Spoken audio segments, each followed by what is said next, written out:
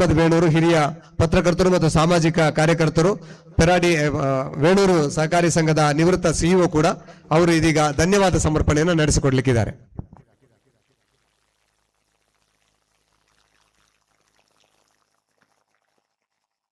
ಸಹಕರಿಸಿದವರನ್ನು ಎಲ್ಲರನ್ನೂ ಧನ್ಯವಾದ ಮೂಲಕ ಅವರಿಗೆ ಸಂದನಾರ್ಪಣೆ ಸಲ್ಲಿಸೋಕೆ ನಾನು ಬಂದಿದ್ದೇನೆ. ಇಂದಿನ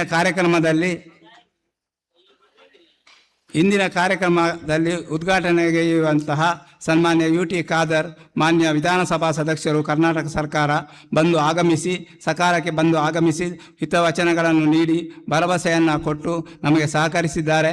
ಅವರಿಗೂ ನಿಮ್ಮೆಲ್ಲರ ಪರವಾಗಿ ಸಂಸ್ಥೆಯ ಪರವಾಗಿ ಧನ್ಯವಾದವನ್ನು ಅರ್ಪಿಸ್ತೇನೆ. ಅದೇ ರೀತಿ ಈ ಸಮಾರಂಭದ ಅಧ್ಯಕ್ಷರು ಹಾಜಿ ಸೈಯದ್ ಅಬ್ದುಲ್ ರಹಮಾನ್ ಸಾದತ್ ತಂಗಲ್, ಚೇರ್ಮನ್ ತೈಬಾ ಮರ್ಕಜ ಹಾಜಿ ಮಲಂಗ್ ಕ್ಯಾಂಪಸ್ ಮೂಡಬಿದ್ರೆ, ಇವರು ಕಾರ್ಯಕ್ರಮದ ಅಧ್ಯಕ್ಷತೆ ವಹಿಸಿ ಬಹಳಷ್ಟು ದುಆಗೈದು ಕಾರ್ಯಕ್ರಮಕ್ಕೆ ಬಹಳಷ್ಟು ಮೆರುಗು ನೀಡಿದ್ದಾರೆ. ಅವರಿಗೂ ಸಂಸ್ಥೆಯ ಪರವಾಗಿ ನಿಮ್ಮೆಲ್ಲರ ಪರವಾಗಿ ಧನ್ಯವಾದಗಳು.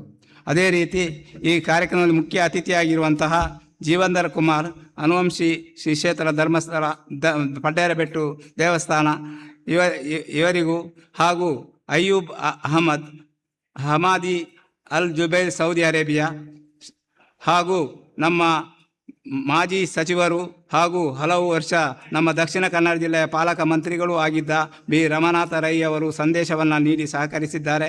ಅವರಿಗೂ, ಹಾಗೂ ಕರಾವಳಿ ಅಭಿವೃದ್ಧಿ ಪ್ರಾಧಿಕಾರದ ಅಧ್ಯಕ್ಷ MA ಗಫೂರ್ ಅವರಿಗೂ ಧನ್ಯವಾದಗಳು.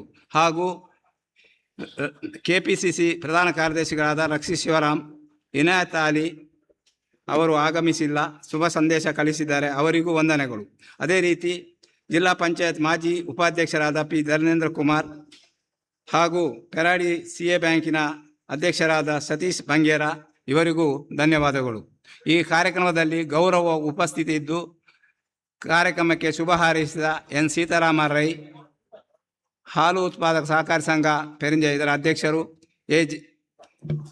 ಜಯರಾಜ್ ಕಂಬಳಿ ಪೆರಿಂಜೆಗುತ್ತು, ಜಗದೀಶ್ ಕಾಂತಪ್ಪ ಪ್ರಭಾರ ಪಂಚಾಯತ್ ಅಭಿವೃದ್ಧಿ ಅಧಿಕಾರಿ ಹೊಸಂಗಡಿ, ಹಾಗೂ ಜಗದೀಶ್ ಹೆಗಡೆ ನಿಖರಪೂರ್ವ ಅಧ್ಯಕ್ಷರು ಗ್ರಾಮ ಪಂಚಾಯತ್ ಸಂದೇಶವನ್ನು ನೀಡಿದ್ದಾರೆ, ಅವರಿಗೂ, ಹಾಗೂ ಗಣೇಶ್ ಶೆಟ್ಟಿ ಪಂಚಾಯತ್ ಅಭಿವೃದ್ಧಿ ಅಧಿಕಾರಿ ಆಲಂಬೋಡಿ ಇವರಿಗೂ, ಅಬ್ದುಲ್ ಶಂಕರ್ ಭಟ್ ಬಾಲ್ಯ ಪ್ರಗತಿಪರ ಕೃಷಿಕರು, ಆನಂದ್ ಬಂಗೇರ ಕೋಡಿಗೇರಿ ಇವರಿಗೂ, ಹಾಗೂ ಈ ಕಾರ್ಯಕ್ರಮಕ್ಕೆ ಪರೋಕ್ಷ ಹಾಗೂ ಪ್ರತ್ಯಕ್ಷವಾಗಿ ಸಹಕರಿಸಿದ ಎಲ್ಲರಿಗೂ, ಹಾಗೂ ಈ ಸಮಿತಿಯ ಸಲಹಾ ಸಮಿತಿಯ ಎಲ್ಲ ಪದಾಧಿಕಾರಿಗಳಿಗೂ, ಸದಸ್ಯರಿಗೂ, ಹಾಗೂ ಎಲ್ಲ ಧರ್ಮಗುರುಗಳಿಗೂ, ಹಾಗೂ ಈ ನೆರೆದ ಎಲ್ಲರಿಗೂ ಧನ್ಯವಾದಗಳು.